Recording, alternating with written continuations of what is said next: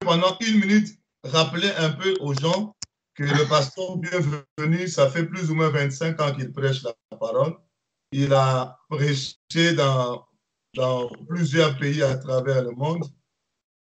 Alléluia. Amen. Et il a eu quand même la grâce de voir Dieu guérir, délivrer, opérer des miracles par semaine pendant ces plus ou moins 25 ans-là, dans des villages, dans des villes, en Europe, dans d'autres pays aussi, à travers la planète. Mais jusqu'au jour où Dieu nous a interpellés pour nous dire que le niveau de la sanctification exigé par Dieu pour le jour de l'enlèvement, c'est écrit dans le livre de 1 Thessaloniciens chapitre 5. On va commencer par là. 1 Thessaloniciens chapitre 5, verset... Quelqu'un peut noter rapidement le verset pour les enfants de Dieu. 1 Thessaloniciens chapitre 5, verset 23 à 24. Pendant que nous étions en train de considérer que Dieu ne regardait que le cœur, et c'est ce que nous étions en train de dire. Dieu ne regarde que le cœur, il ne voit pas tout ça. Et j'aime souvent dire aux gens, quand vous dites que Dieu ne regarde que le cœur, mais les hommes qui te regardent, ils ne voient pas le cœur, et ils voient la séduction. Ils voient tes habits sexy, ils sont tombés par tes habits sexy. La séduction, ce n'est pas seulement les habits sexy. Le maquillage, le rouge à lèvres, les faux cils, surtout les faux cils. Quand une femme met les faux cils là, c'est une séduction niveau élevé de séduction. Mais vous-même, vous pouvez remarquer, quand vous allez dans les salons, en entrant, vous marchez calmement. Et vous êtes calme. Mais quand on vous met les faux cils, votre façon de regarder change d'abord. Et puis, vous-même, même la démarche change. Il y a un démon de la séduction qui entre. Moi, je suis en train de vous informer des choses que le Seigneur m'a dit, et les choses que j'ai expérimentées. Je vous ai dit, la fois dernière, j'ai prié pour les pasteurs, les évangélistes, les prophètes, les docteurs, les apôtres. Ce n'est pas une histoire où nous sommes en train d'essayer. Non, on a déjà la maîtrise que le Seigneur nous a révélé que ces choses-là sont venues dans l'Église pour détruire la sanctification. Je vais lire déjà 1 Thessaloniciens chapitre 5, verset 23 à 24. Je lis au nom de Jésus-Christ. Que le Dieu de paix vous sanctifie lui-même tout entier et que tout votre être, l'esprit, l'âme et le corps, soient conservés irréprochables lors de l'avènement de notre Seigneur Jésus-Christ. Celui qui vous a appelé est fidèle et c'est lui qui le fera. Amen. Pendant que la majorité des prédicateurs à travers le monde refusent de se repentir et de sanctifier et de se dépouiller de ce maquillage, parce que je vous ai déjà dit, il n'y a aucune recommandation dans la Bible de se maquiller. Et le Seigneur qui a créé le ciel et la terre, il nous a dit, le maquillage, c'est l'instrument de la séduction. Et nous avions donné le verset de 2 Rois, chapitre 9, verset 30, et la fois dernière, pour démontrer que l'unique femme dans la Bible, son nom écrit dans la Bible, qui s'était maquillée, s'appelle Jézabel. Et le Seigneur nous a dit, Jézabel, c'est elle l'image de la sirène des eaux. Et elle s'était maquillée pourquoi? L'objectif de maquillage que Jézabel avait porté sur son visage, c'était pour séduire le serviteur de Dieu. Pour essayer de détruire la mission que Dieu lui a donnée, pour essayer de détruire l'onction de Dieu, même détourner la parole de Dieu qu'il était venu pour annoncer.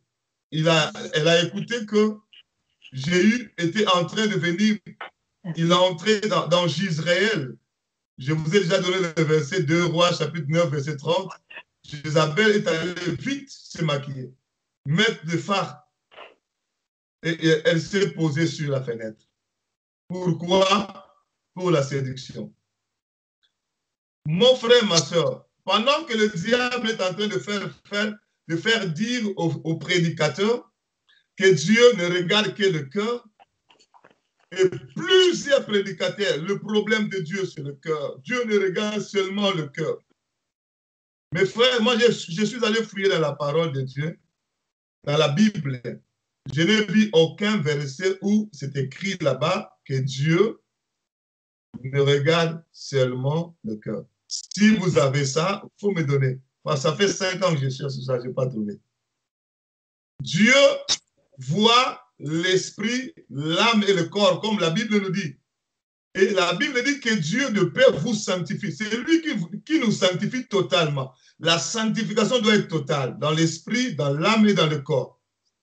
Mais pourquoi nous sommes arrivés dans cette histoire de peinture aux cheveux, peinture aux yeux, aux lèvres, même sur les ongles, les peintures, le diable a reçu quand il a introduit ces mensonges-là, comme quoi que Dieu ne regarde pas tout le reste, il ne regarde que le cœur. Quand le diable a fait accepter à la majorité des prédicateurs que Dieu regarde seulement le cœur, chose qui n'existe pas dans la parole de Dieu, il a maintenant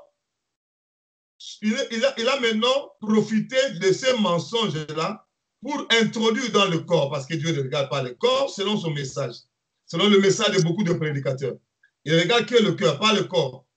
C'est-à-dire, le diable maintenant a investi dans le corps toutes ces choses que nous sommes en train de parler là. Il installe son mensonge comme quoi Dieu ne regarde que le cœur. Et après avoir installé ce mensonge dans les églises, au sein de serviteurs, de prédicateurs, chose qui n'existe pas dans la Bible, et maintenant il en a profité pour investir dans le corps toutes ces abominations. À partir de cheveux. Oui. Oui. Oui, bienvenue dans le Seigneur. Je compte sur vous pour pouvoir partager. Femme, lève-toi qui est là. Partage dans tous les groupes là où tu es. Ma soeur Sheila, je vois jusqu'ici, je vois que oui, 9 personnes qui ont partagé. Je me pose la question, pourquoi les autres, vous ne voulez pas partager? Partage, vous avez des groupes, on est dans tous les groupes là, partagez. Voici le Messenger. Comment s'envoyer par Messenger? Invite tes amis à regarder bien, mais pourquoi tu ne le fais pas? Ça peut sauver quelqu'un, ça peut sauver une âme ce soir. Je vous en supplie. Faites-le et Dieu va vous partager. Pourquoi vous ne partagez pas? Que Dieu vous bénisse. Merci, papa. Continue. Je disais, quand le diable a bombardé ces mensonges, et il a bien installé ces mensonges-là dans le cœur du prédicateur, comme quoi Dieu ne regarde seulement le cœur, chose qui n'existe pas dans la Bible. Et maintenant, c'est ce que Dieu m'a expliqué. Hein. Maintenant, c'était comme un sommeil spirituel. Dieu, son problème, c'est le cœur. Si tu fais de ton corps tout ce que tu veux, Dieu ne se rend même pas compte. Or, la Bible dit, ne savez-vous pas que votre corps est le temple du Saint-Esprit de Dieu? La Bible dit encore, vous êtes une habitation de Dieu en esprit. La Bible dit encore pour la 3e fois, vous êtes le membre du corps de Christ, temple de Dieu, habitation de Dieu en esprit, membre du corps de Christ. Vos corps sont des temples de Dieu. Et le diable maintenant a investi à partir de cheveux jusqu'à la plante de pied. Il a installé ses peintures, moi j'appelle ça les peintures. Tous ces accessoires, les parures là, et des peintures et des histoires. Or, derrière toutes ces peintures et toutes ces histoires, il y a des démons. Le Seigneur m'a révélé qu'il y a des esprits de sirènes. Non seulement il m'a révélé, il me l'a dit, lorsque les femmes entrent dans ces maisons-là, elles sortent transformées en sirènes des eaux. Non seulement il me l'a dit, mais quand j'ai commencé maintenant à aider les femmes, même les femmes de pasteurs, même les femmes des apôtres, même les femmes des évangélistes, mais pourquoi j'ai le courage de dire ça? de crier très haut. Parce que depuis que j'ai commencé à annoncer ces choses, tous les pasteurs restent silencieux, ils ne disent rien. Je me suis demandé, mais pourquoi ils ne réagissent pas? Mais pourquoi ils ne disent pas? Peut-être qu'ils pouvaient me dire, mais nous t'aimons beaucoup, pasteur bienvenu, tu es notre frère, nous t'aimons beaucoup. Voilà ce que la Bible dit, c'est contraire à ce que Jésus-Christ t'a dit. Personne ne m'a dit. 5 ans. Et quand je suis allé voir même mes pères spirituels, les gens qui m'ont aidé, qui m'ont imposé les mains quand j'étais encore bébé, quand je suis devenu prédicateur, quand je suis allé voir tous ces encadrés spirituels, je les ai exposés. Et personne ne m'a dit, et d'autres m'ont dit, lorsque le réveil a commencé, c'est comme ça qu'on priait. On priait la tête couverte, on ne se maquillait pas, on ne portait pas de pantalons, on n'avait pas des habits sexy. Lorsque le réveil a commencé à l'époque en Afrique. Mais quand le vent de la théologie est venu, le vent de la théologie est venu, ça nous a apporté des explications en hébreu, en grec, en araméen, mais ça nous a écarté de la volonté parfaite de Dieu. Ça nous a apporté des explications en hébreu, plein de connaissances, mais la vie, ça nous a écarté de la vie de Christ. Et maintenant, le mensonge étant installé dans le cœur, Dieu ne regarde que le cœur, dans le cœur de prédicateur des enfants de Dieu, la peinture aux cheveux. On appelle ça, comment on appelle ça? On met des peintures sur le cheveu là, on appelle ça comment? Les teintures. La teinture. Défriser le cheveu. Tout ce que je suis en train de dire là, ça détruit le temple. Il y a deux choses qui arrivent. Non seulement on met la peinture, on défrise, et mettre encore le faux cheveu. Brésilienne, indienne, péruvienne, de mèches, de perruques, toutes ces choses-là, ça amène les esprits, ça met les enfants de Dieu en communion avec les démons. Si nous pouvons lire un texte de la Bible, 1 Timothée, ce texte, presque tout le monde connaît ça. 1 Timothée, chapitre 2, verset 9. Bien-aimé, partagez s'il vous plaît, chaleur, ma soeur Sarah Lamère, ma soeur Esther Élie de Jésus depuis les États-Unis. Si vous pouvez partager cette vidéo, ma soeur Sylvanie, partageons, bien-aimé, ça peut sauver une vie, une âme. 1 Timothée. Chapitre 2, verset 9. Ça, c'était un verset que presque tout prédicateur connaît. Et quand nous donnons ce verset pour dire que Dieu ne veut pas que l'on soit dans la séduction, dans ce qui est sexy, on nous dit, non, Dieu parlait dans l'église, dans cette église-là. Il ne parlait pas à nous aujourd'hui. Mais s'il faut suivre la parole de Dieu comme ça, il ne parlait à l'église. Il n'y a aucun endroit dans la Bible où on a parlé aux gens qui habitent Paris. Hein. On a parlé seulement aux Thessaloniques, on a parlé aux Éphésiens, on a parlé aux Colossiens, mais on n'a pas parlé aux Parisiens. Donc tout le monde va dire ça, on parle aux Éphésiens, on parle. Arrêtons cette manière théologique d'interpréter la Bible et ça nous crée des soucis par rapport à la volonté de Dieu. Qu'est-ce que la Bible dit? Je veux aussi que les femmes, vêtues d'une manière décente, avec pudeur et modestie. Déjà, à partir de vêtements, le vêtement sexy, c'est en dehors de la volonté de Dieu.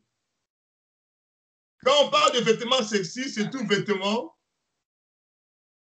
Je donne un exemple. Quelqu'un du vêtement qui fait découvrir le corps, la morphologie, l'anatomie de l'homme ou de la femme. Mais dans ce cas-là, le diable donne aussi des vêtements sexy aux hommes. Mais il a beaucoup plus attaqué chez les femmes. Les vêtements sexy hommes existent aussi. Mais chez les femmes, c'est là où il a beaucoup plus frappé. Pourquoi? Parce que vous connaissez même dans le jardin d'Éden, il y avait l'homme et il y avait la femme. Mais pour que le diable puisse travailler, renverser tout dans le monde entier, il a ciblé qui? La femme. Pourquoi le diable a ciblé la femme? Parce que le diable sait, c'est ce que Dieu dit dans la Bible, dans Proverbes chapitre 14 au verset 1, la Bible dit, la femme sage bâtit sa maison. Et la femme insensée renverse sa maison. Le diable même sait que c'est lui qui peut bâtir et renverser. On n'a pas parlé de l'homme là-bas. C'est la personne qui peut bâtir la maison ou renverser la maison, c'est la femme. C'est pourquoi le diable, dans le jardin, il s'est attaqué. Il a attaqué d'abord la femme. Si j'ai réussi à attraper la femme, c'est fini. L'homme sera facilement aussi dans mon piège. C'est pourquoi il a ciblé la femme. C'est pareil comme aujourd'hui. Le diable a beaucoup plus investi, même dans le shopping, plus c'est la femme. Même dans les habits sexy, le mini-jupe, le mini-robe, les habits qui montrent la forme de la femme. Alléluia. Amen. Donc, les habits, vous savez, il y a d'autres habits qui montrent la poitrine de la femme. C'est-à-dire, quand je dis la poitrine, pour dire ça, bien, le sein de la femme. Il y a une de nos sœurs qui était entrée dans la sanctification. Elle était en train de coudre les vêtements. Quand elle s'est repentie, elle est entrée dans la sanctification, elle a fermé le salon de beauté. Elle a dit, non, j'ai compris que ça, j'amène les gens en enfer. Mais je vais rester seulement à coudre les vêtements, mais je ne vais plus coudre les vêtements sexy.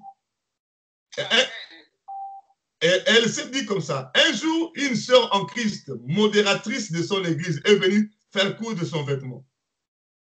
Et elle a dit, ma robe, il faut faire ça un peu comme ça. Il faut que ça descende un peu comme ça pour que un peu une partie de sein soit mise en valeur. Ils disent ça, mettre en valeur. C'est ce qu'ils disent. Mettre en valeur les atouts que tu as.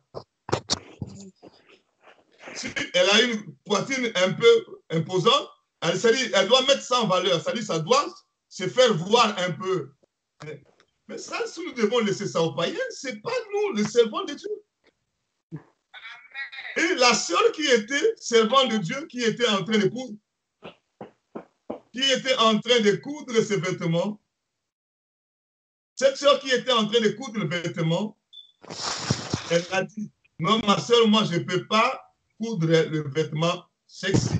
J'ai pris la décision devant Dieu, je ne peux plus faire ça. Et la sœur modératrice a dit ceci. Ma sœur, moi, je ne suis pas encore mariée, vous êtes déjà mariée. Et la sœur qui était en train de coudre le vêtement a dit, mais ma sœur, mais s'il faut chercher le mariage, il faut chercher ça spirituellement dans la prière. Et la modératrice a dit, non, on va chercher partout, et dans la prière, et dans le vêtement aussi, donc, et dans le sexy aussi. Frère bien-aimé, mais ici, on nous dit quoi? La femme doit, au verset 9, je veux que la femme vêtue d'une manière décente. Il faut qu'il y ait la décence dans le vêtement. Non seulement qu'il y ait la décence, il faut qu'il y ait la pudeur. Le contraire de la pudeur, c'est l'impudique. C'est-à-dire, le vêtement qui fait voir la poitrine, je suis allé en Angola en mission évangélique, là c'était grave. Hein? Et toutes les sœurs en Christ se font coudre des vêtements qui laissent la poitrine comme ça, bombée. Oui. J'étais avec une maman pasteur, je lui ai dit maman pasteur, mais qu'est-ce qui ne va pas ici? La maman pasteur me dit, pasteur, bienvenue.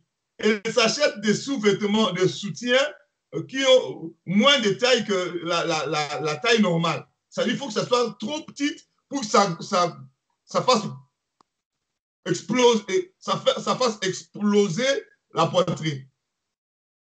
Et les gens qui font ça, c'est dans les églises.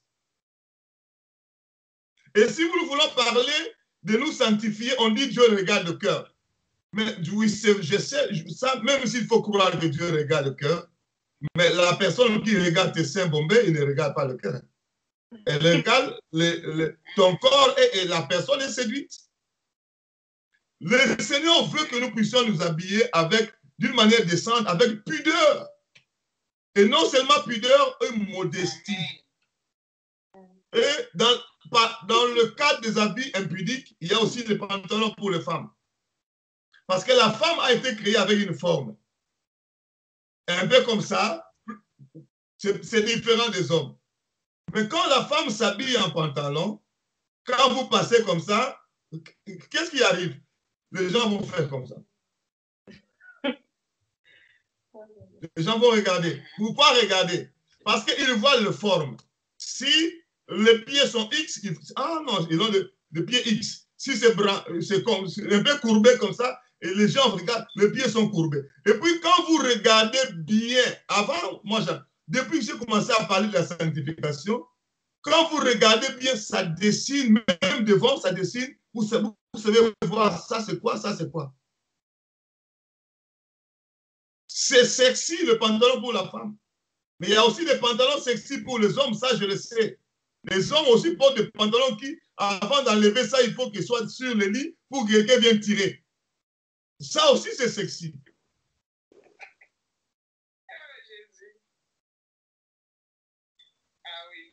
Est-ce qu'il y a de fils et de filles du royaume? Amen. Nous devons faire très attention.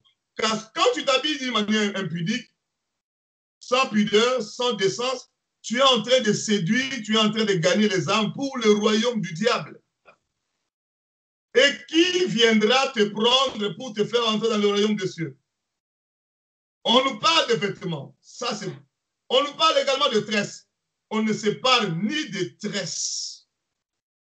Quand on parle de tresses, là, on prend maintenant tous ces vagues de faux cheveux et de coiffures païennes. Vous savez, il y a une coiffure que les femmes font. Ils rasent ici et puis il fait quelque chose là-bas. On appelle ça Rihanna. Rihanna est allée chez le diable se faire cette coiffure-là avec ses pactes qu'elle a fait avec Satan. Mais moi, enfant de Dieu, je viens dans un salon de coiffure. Est-ce que vous pouvez me faire Rihanna? Ça, c'est quoi ça? Vraiment. Servante de Dieu aussi. Hein. Mes frères et sœurs, et qu'est-ce que nous avons remarqué? Avec ces coiffures pleines de cheveux brésiliens, de cheveux indiens, de cheveux péruviens, ça nous met en communion avec des démons. Il y a des sirènes des eaux. Quand j'ai prêché ça, à l'époque, je pensais que j'étais seul à dire ça.